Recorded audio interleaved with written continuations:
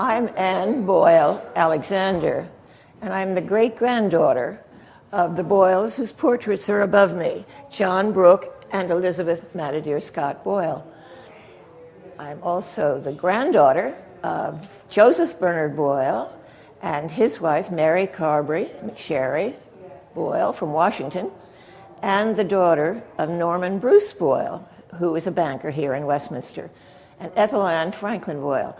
My mother's family lived across the street from the Historical Society in the big red brick house that's across there. She was a daughter of a doctor, and she used to tell stories about being in the horse and drawn carriage with her father when he went out in the country to deliver babies. It was a wonderful story because it related me of this generation and time to a time when there were only horse-drawn carriages. I lived here, and we lived here, and in my case, until I was about 21, and then I went to Baltimore and Washington to work. And ultimately, I went into the Foreign Service of the State Department and lived all over the world. So I left Westminster far behind, but I love it. I love Carroll County, and today I speak really of it as a sentimental journey. I truly love coming to Westminster. I drive around to see the house we grew up in and the house we ultimately lived in after the Second World War. And I think I said that my father was a banker. There were 4 children. One little boy at 12 died, unfortunately, in an accident that we've never been able to fully understand. But we had a very happy childhood, and I come here with so many memories. Memories of being taken to school by the daughter of a friend nearby, of hay rides as we grew up, of playing we had a lovely house. And once my uncle said to me, when I was about 5 or 6 years old, that if you dig down far enough in the garden or in the yard, you will get to China. So when I lived in China, indeed I did, I came home and one of my nieces said to me, I don't know, she lives in Panama now, but she's really Chinese. And that was from the gifts I sent home and that memory of being going down to China if I had dug far enough. I also lived in Yugoslavia, and ultimately from there, after 2.5 years in the Foreign Service there, I went on to Panama for 5 years, and then to Paris, and I forgot Hong Kong. In the middle there, I went to Hong Kong to work in our consulate there, and I met my husband in Hong Kong. I met him first in Hong Kong. I just met him, that's all. And then I met him again in Washington 10 years later, and happily I caught him then. But coming out here is such a joy. Even today, after a wonderful party last night, I drove around to see our house and to see houses of our friends.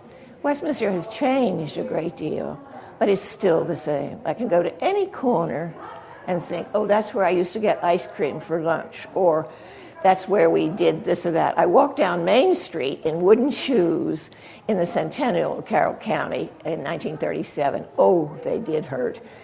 And at the same time, I was one of lots of young children who dressed up in mosquito netting, colored all sorts of different colors, and ran down a hill from Western Maryland College into the football stadium to the tunes of Tchaikovsky waltz. That was to sing the Flight of the Fairies, I think it was called.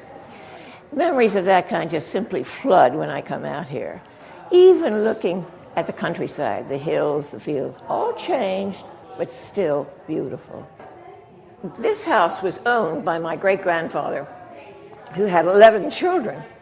And at one time, he sold the house, as I understand it, from the history here, I got this information, to one of his daughters for $1. And I'm not quite sure where he went. There was another house uptown in Westminster on the northeast end of town where he also lived. And so I don't know exactly. But when I was growing up here, this house meant nothing to me at all. My father didn't speak of it very much. It was Thelma Hoffman's little restaurant, and everyone apparently went here. Mother and Daddy often spoke of going over to Thelma's for dinner. I was here only once, but I will never forget the volume of food that was put on the table and being awed But the serving dishes was mashed potatoes and green beans and corn on the cob. Everything you could think of in the summer menu was on that table. I don't know how she did it. It was and very popular with my parents' friends, very. But I had probably left Westminster at that time.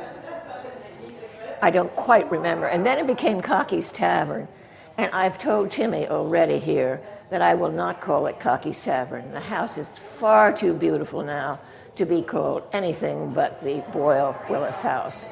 My sisters and I are hoping to raise enough funds to dedicate this room we're sitting in to the Boyle family. And so we hope to do that in our lifetime. My two sisters were here last night, and I didn't tell them that I had been invited to give the opening blessing. And I thought, oh dear, what will I say? And Timmy told me to be very short. So I started with being honored to be here and to ask for the good Lord's blessings on the members of society who had worked to renovate it and the group last night. And then I have to tell you that I asked the dear Lord to please tell my father that I was here. And the reason for that was it was Daddy who gave us life memberships. It was Daddy whose interest in the genealogy of his family and our family that prompted me in my much later years to collect as much as I have of our family history. I've been working for a long time, pulling together family history. I've been down to Southern Maryland. I've been all around, trying to pull together the pieces so that the children, grandchildren, and great-grandchildren of my two sisters will have some sense of who their antecedents were. We were connected to Francis Scott Key, we're connected to Roger Brooke Taney in a sort of a peripheral way. But my grandfather, the great-grandfather, the one who lived in this house, was in the legislature at one time. They were bankers, and there was a sheriff, a high sheriff, way back in the late 17th century in Southern Maryland, a high sheriff. And his name was Norman Bruce, and he was the first Bruce, and my father carried that name, Norman Bruce Boyle. It's absolutely fascinating to me. As I said, it's a sentimental journey because I'm curious. My husband called me a quidnunc at one time. And if you look that up in the dictionary, you'll find that the first meaning of quidnunc is a gossip. But the second meaning of quidnunc is a person who is very curious about many things. And that's exactly what I am. I want to know everything I can about everything I'm interested in. Now tell me, did you donate this thing yourself? Yes, I inherited this from my father, and I love it. It was in our family. It belonged to my grandmother, who was from Washington. I don't know whether she brought it into her marriage with my grandfather or whether it had come down in my grandfather's family. It is a period of about 1840. I have authenticated that. And I love it. I love it. I love it. I always wanted it to be here. And I was thrilled when I saw that the Society had painted this room this gorgeous shade of green and that it would be able to be in here. I have other things here, too, that and some more, perhaps, that I will donate. I donated a Bentley clock several years ago, and I believe it's the first one in the collection. I'm not quite sure. But it is signed, and it is in the clock collection here. And I also donated something called a whatnot, which was in my grandmother's living room. It was simply a piece of furniture that had many shelves, carved in the style of the 1840s and 50s with lots of gimmicky pieces and little shelves, and put things like pretty vases or pictures, or had a mirror in the center. So that's somewhere here in the museum, too. Now tell me about some of the things you used to do when you were growing up. Well, I don't think I was a very interesting child. I went to the Catholic school here. I went to Girl Scout camp and to swimming classes. Uncle Frank Thomas, who's a very prominent man here, not an uncle by blood, but an uncle by friendship, built a swimming pool for his children and his children's friends. And so I went out there to swim a lot. And I rode my bicycle out to the pool. It was on the road to what is now the Farm Museum, and I'd ride a bicycle out there, go swimming. Lots of picnics, lots of bicycle around the town, And then in the summer, the Girl Scouts went up to the Blue Ridge Mountains to camp. So I did that too. Eleanor Bablin was our scout counselor, and I eventually became I think you call it a counselor too. So that was great fun. Jane Kiefer was a friend. Clara Smith Billingsley of the Billingsley family here lived in Philadelphia, but every summer came here to stay, and we were great friends. She came to stay with her aunt, Mrs. Bablin, and she told me once that every morning when she heard me playing a particular hymn, and I'll think of the name of it in a minute, on my Victrola, she would know that I was up and it was time to get up and go do something together. She was a wonderful friend.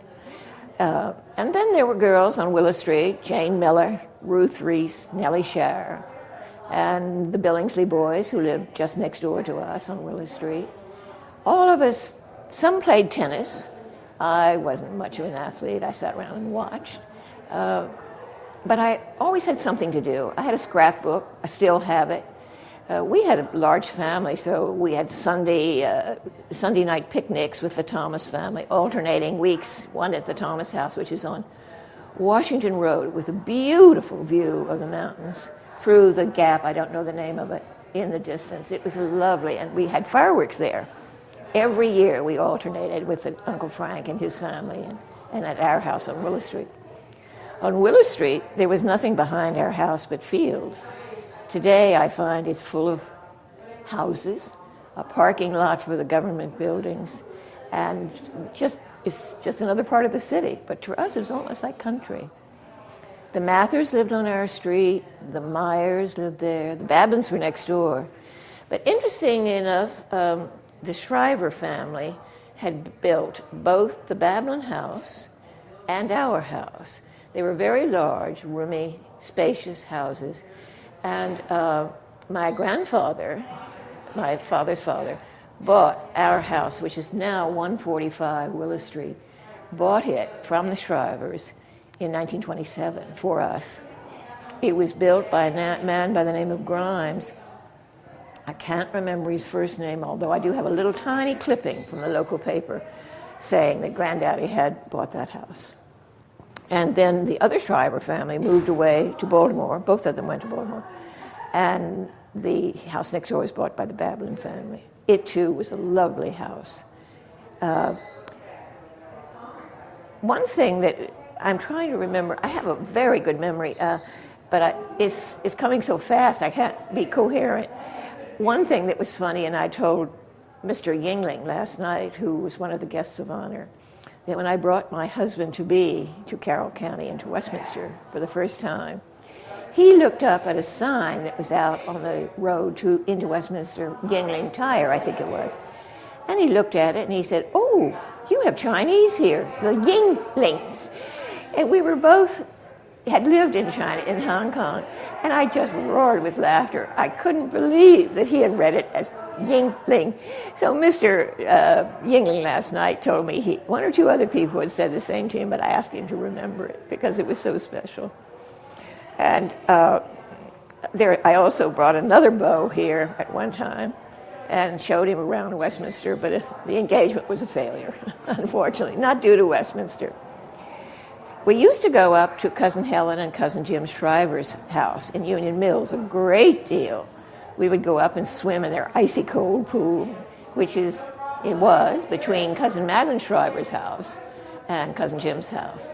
And we would have picnics and parties and all kinds of things with huge numbers of families. The Shrivers have so many people in their family, it's hard to keep up with the names. As I told you, my own great-grandfather had 11 children. I don't even know all of those names. The Mishu boys, Bernard and Ludlam, lived here. Ludlam was my age. He went away to McDonald School and really lived in Baltimore, I think, thereafter. Bernard moved to California, and I understand he's been here to visit the society recently. Westminster is a very, very long town. I don't know whether people notice it, but if you come into Westminster from Baltimore, if there's an elevation of any kind, the village or the Westminster seems to lie in a valley. But Main Street goes on and on for quite a long time, all the way up to Western Maryland College. It was not the Main Street is today. The Catholic school I attended was right in the middle of town, and the church, St. John's Church, is no longer. I don't quite know what happened. I think a storm destroyed part of it. It's now located on a hill on Route 140. But we'd go downtown to Bonsack's, was a drugstore up near the Carroll County Bank. My father had been a banker as a young man before he went off to World War I. And when he came back, he joined the bank and has never worked anyplace else. He became ultimately the president and the chairman of the board. He was also very active in everything in town. He was very much a man of, had a large presence. The Rotary Club, all of the civic activities in World War II, he was a part of that. He was the president and chairman of the fire department, and I think when he was younger, he was a fireman. I have a wonderful picture here. Sorry. There's a wonderful picture here in the society, which my sisters and I gave them, of the firemen in about perhaps 1914 or 15, all dressed in pants down to the middle of their legs and in their fire. It's a wonderful picture, and I think the original is here. I think it's dated also, and I remember some of the people. Clara Smith Building's his father was in it before he married. Other people I recognized as being friends of the family. So did you do a lot with your neighbors, like where people really hung out together?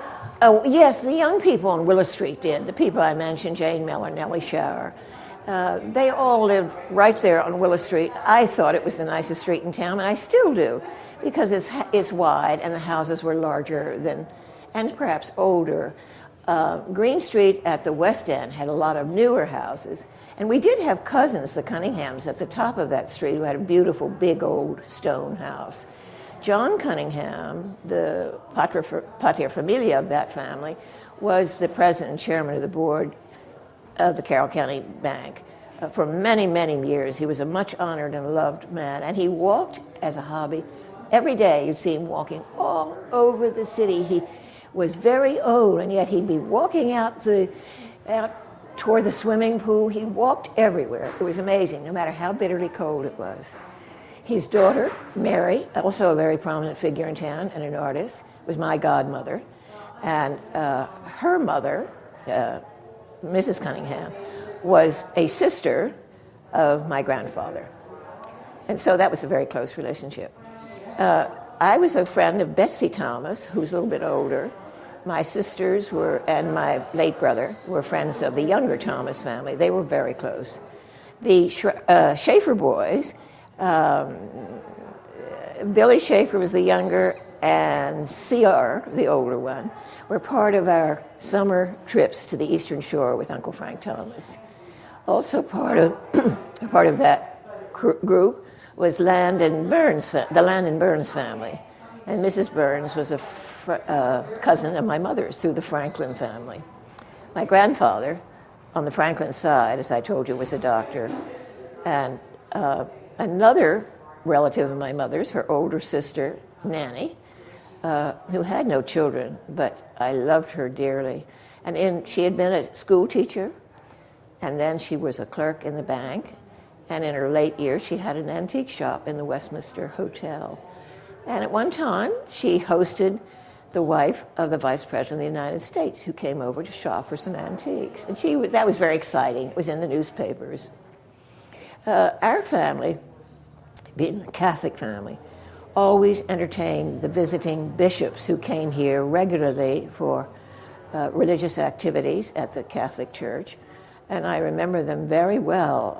After Mass, the bishop and the local priest would come to our house for breakfast.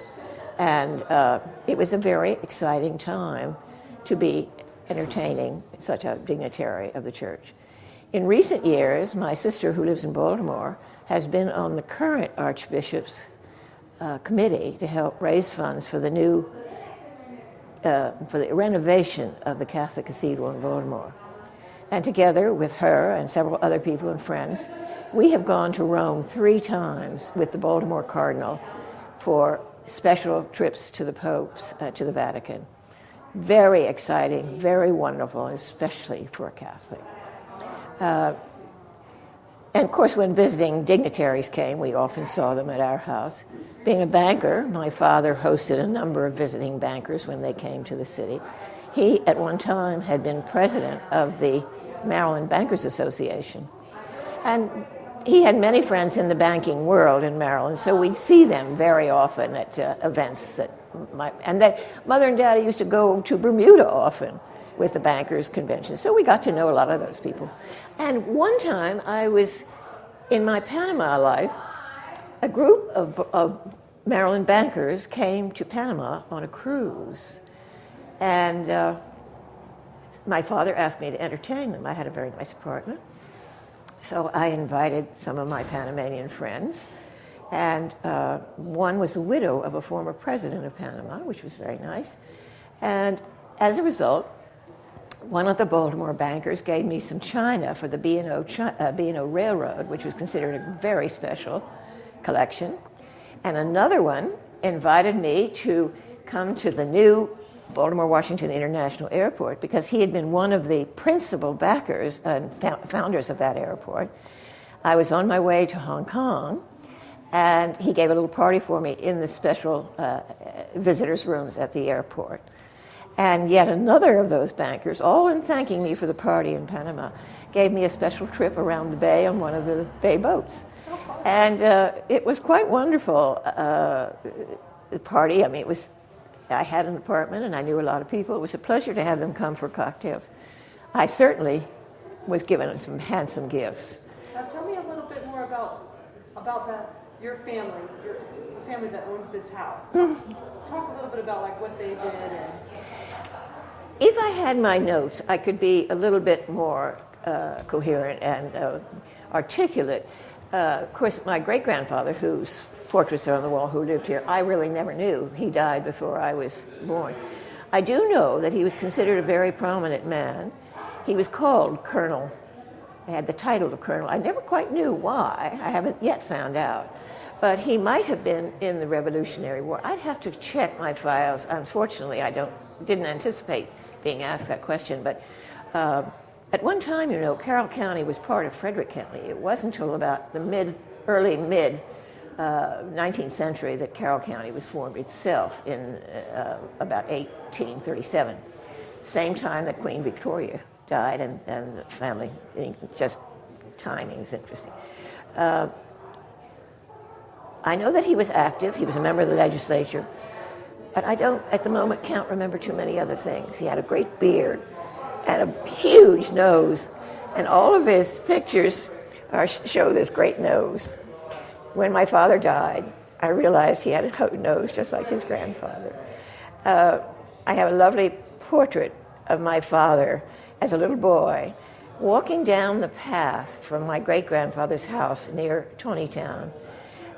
Just as a little boy, and he's dressed in a sailor suit, and it's so precious. I would like it to be here just because it's very charming. The house is still there, and as a boy, my father went out and, with a diamond, I don't know where he got it, carved his initials in one of the living room windows. The last time I was there, it was still there, in the living room to the left of the front door of the house. My father's father was great. He was really quite handsome. He was sent to West Point, which he didn't like at all. He finally left. And I don't know exactly how many things he did. I know he bought quite a lot of property. He was a pharmacist and made a number of patented inventions in the field of pharmacy.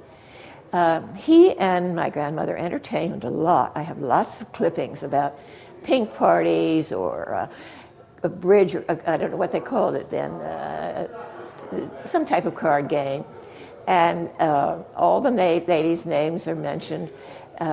Grandmother died in 1925. In the same time frame, my grandfather took my mother and my next sister, Mary Carberry, and me to Atlantic City several times.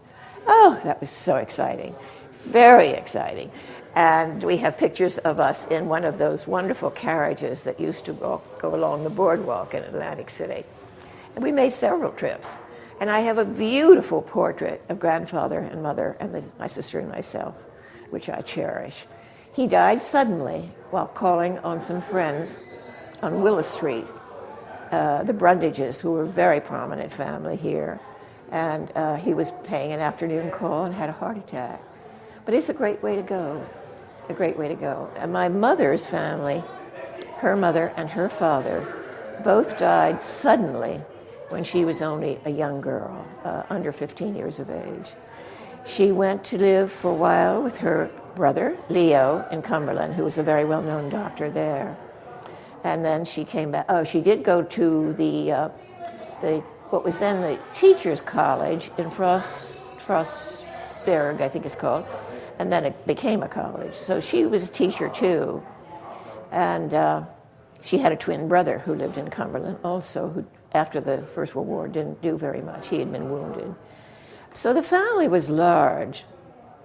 Virginia Franklin, my first cousin, used to come and stay with us many times. She was older than I, but considered my mother like her own mother, who had died when she was young. And her daughters live in Washington, and I see them from time to time. I literally dream about our house on Willow Street. I loved it so much. It was such a wonderful place to be. Daddy did everything for us he could. We had piano lessons. One day I was coming home from school, walking up Longwell Street for lunch, and a huge flat truck passed me.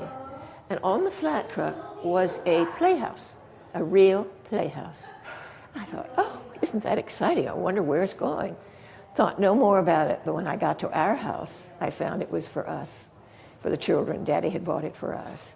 So it remained in the garden or the yard of our house as long as I lived there until 1945, and I think it ultimately burned. But the joy, we didn't call it was just the lawn. I am accustomed today, because I've been a very active gardener for many years, to call everything a garden. But that was exciting, and it was really for the girls. And so to compensate, my father bought my brother a pony and then later a horse.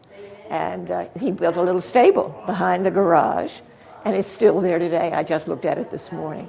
So I used to go riding on my brother's pony. And as I said, behind our house there were just fields and one sort of country road that went behind the houses on Willow Street that ran next to us. And so I'd go out there or ride up on the hills above Westminster by the reservoir, wherever I could go on this little horse. We used to have a little village called Crowtown at the bottom of Center Street, and that was housing for the workers, the Romanian and Eastern European workers who came, the migrant workers we call them, every year to harvest the fields in Cousin Jim Schreiber's farms. He had a very large canning industry, a very successful one. So I'd go down and through Crowtown, and sometimes Nanny and I would walk down to a little brook and take picnic lunch and pick violets. I have so many memories. Coming here is just a long, long walk through a life filled with really happiness. It was sad when we lost our brother. That was a very hard time for my father, since he was the only boy. And with his death, the name died out. So there are no more Boyles in Westminster. But think of how many years the Boyles have been here. The first Boyle came from Ireland very, very early. I have all of this written down by my grandmother in the books that I have at home. I have about, quite a lot of volumes of family papers, letters, and perhaps, I don't know, that my sisters and I have just given 3 letters to the Society, one of which is encased in this room, from Francis Scott Key, and 2 from Roger Brooke Tawney, all written to my great-grandfather and signed, of course, by those individuals. So that's a very nice memory. Francis Scott Key's family lived in Terra Rubra, as everyone knows, and Terra Rubra was on a road just across from this grandfather's house outside of Tawnytown. It's a national monument, I believe. I was married to William Henry Alexander, and a captain in the Navy, in 1966, and he died in 2003. We've lived in Washington recent years, in California after we were married, and traveled extensively, so I've been all over the world. And I have been a gardener for a long time, and very active in the Garden Club of America and in several social clubs in Washington. I have two sisters, Mary Carberry Morrow and Elizabeth Manadir Scott Boyle. We were all given long names, the great-granddaughter of this member of the family. I think it's time for me to go. I've given you all that I can remember for this period. Timmy said last night that I was not to talk but a little tiny bit when I made the opening blessing. And I said, oh, I have a 3-hour talk prepared. She knew that was true. That was not true, but I could go on because it's truly a joy to be interviewed for this purpose, for the Carroll County Historical Society. I'm now 86 years old, and I won't be around a very long time. But I had to mention my father last night. In recent years, as I've gone through his papers, I've almost wept at the joy he gave us as children. He was rather stern and forbidding at times. He was very handsome, and Mother was quite beautiful, I think. But I wanted him to know that I and my two sisters were here to celebrate the opening of his grandfather's very special part of the society. Thank you so much for talking to me.